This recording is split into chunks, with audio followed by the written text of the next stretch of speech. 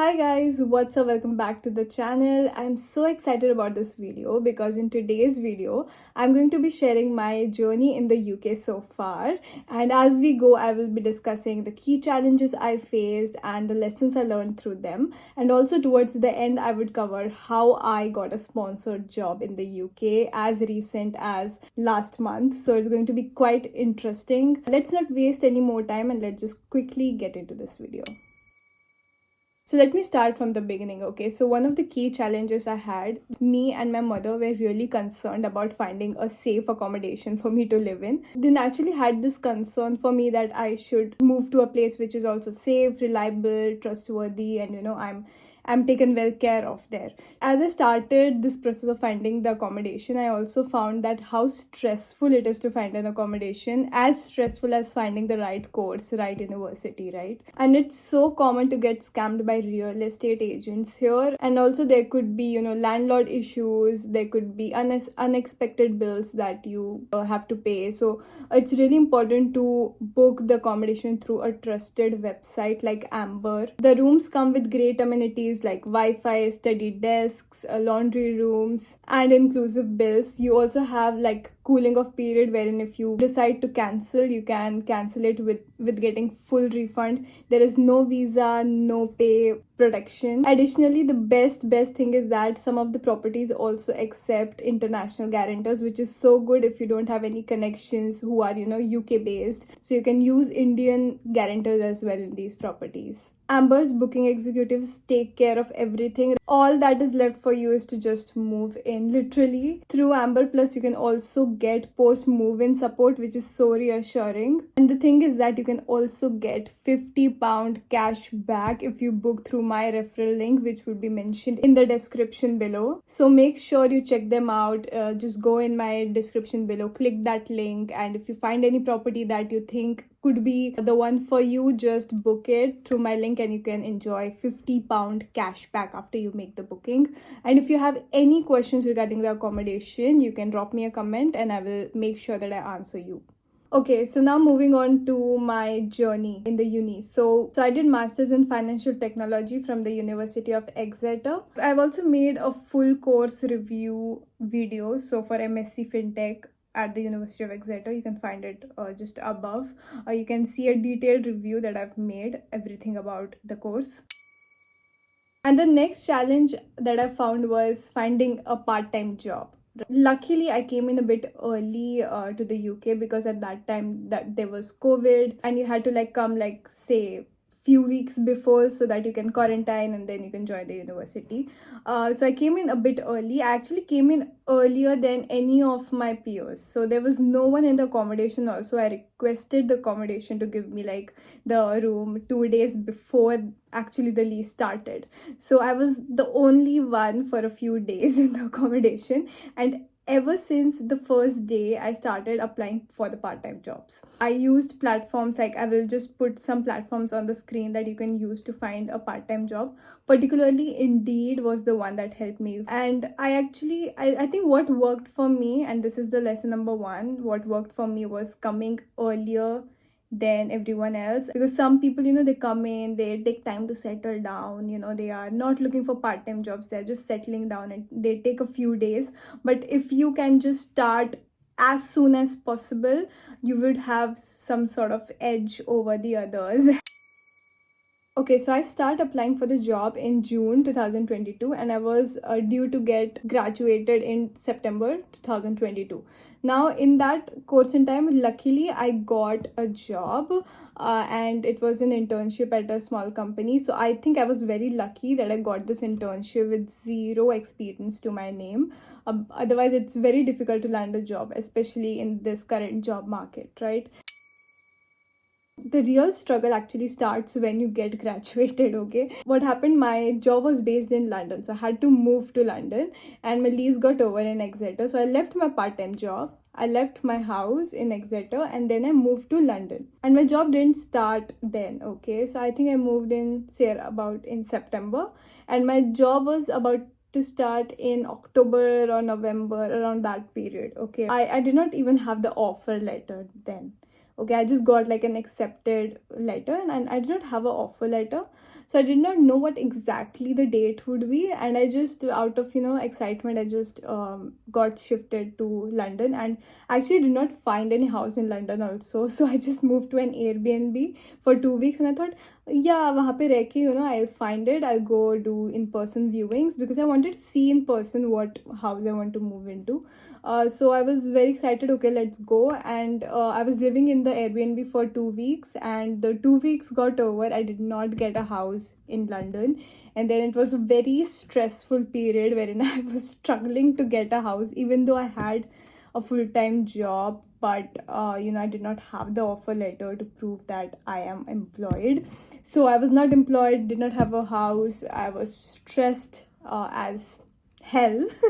And I think every student goes through that period, wherein they don't have a house, they don't have a job after they have graduated, and it's the most stressful time ever. So the next lesson here is plan it in advance. Okay, plan in advance. Don't just take decisions out of excitement like I did.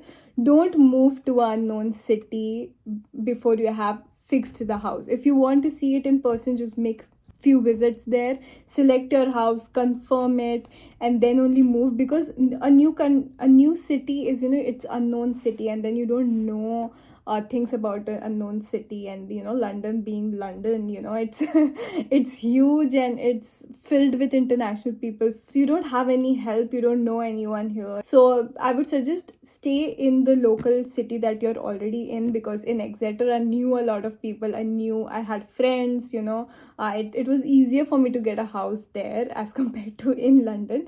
So I would say stick to your local city where you're already based, live a few months there until you find a permanent house elsewhere.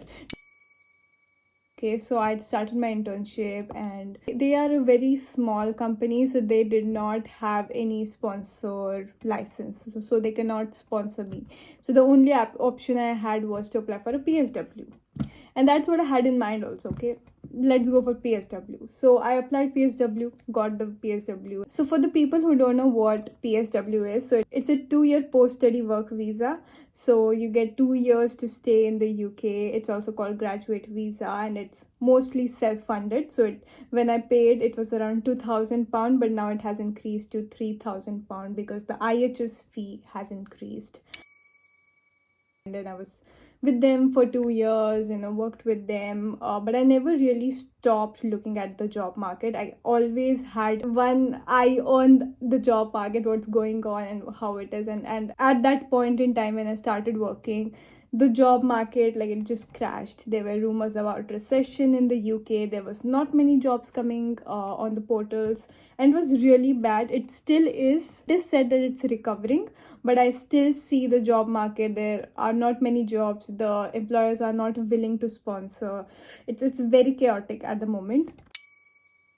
Now here's the thing, right? So when I was working for this company, I knew the market was going haywire, okay, and I knew that it's going to be tough for me to get a job, another job that could sponsor me.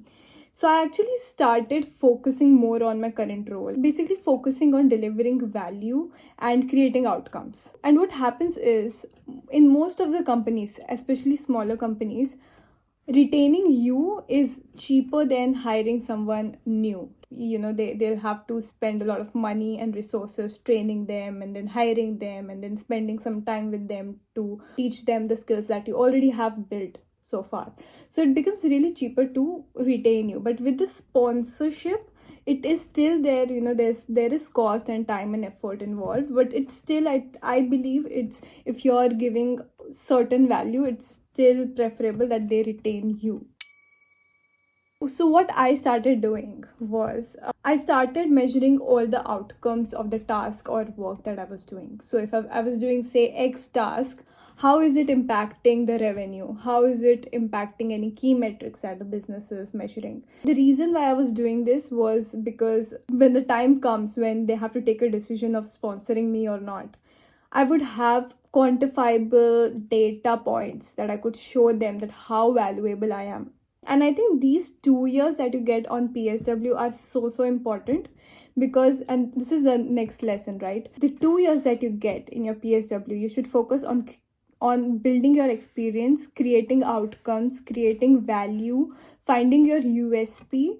These are the things that you should focus on, because they would help you to get a sponsorship, even if not in that company, but in any other company. You need to have something that is different to the people in the market now, because it's so competitive now and everyone is working hard to get that job. And if you want to stand out, because hiring an international person, it comes with time cost.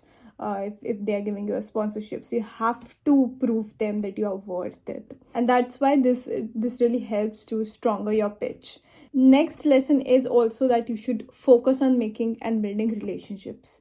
Now, when you're working in a company, you should focus on building that relationship with the manager, especially the people who are above the ladder, right? So I focused on building relationship with my stakeholders, with my CEO and the directors, and that I think played a very important role, because you have to build that trust. Now, if they decide to sponsor you, they should know that they can trust you at some level. They know that you're valuable at some level. So you have to build that in those 2 years. And they did not have a sponsor license. They took the sponsor license especially for me. And I know a lot of friends whose company have done the same thing for them, because they spend those 2 years proving their worth. The next thing that I also want to emphasize here, and that is one of the lessons I also learned, is that some of the people would say, at the beginning when you're filling the form wherein they ask you, would you need a sponsorship now or later? A lot of people do no because they're on the PSW, but don't do no. Always do yes, because you need to know what is the probability of this particular company that you're working for, that they would provide you sponsorship or not. And if the stats is below 50%, you need to be very active in the job market. I think the video has become really long, so maybe I'll make like a part 2 version of this as well later on. But I hope you enjoyed this video and found it helpful, found it inspirational. If you are someone who's like a fresher like me, just know that everything can be done. Do the hard work to be there. That's it from my side. I hope you enjoyed this video. If you did, don't forget to like, share, comment, subscribe to my channel, and I will see you in my next video, guys. Until then, bye bye and take care.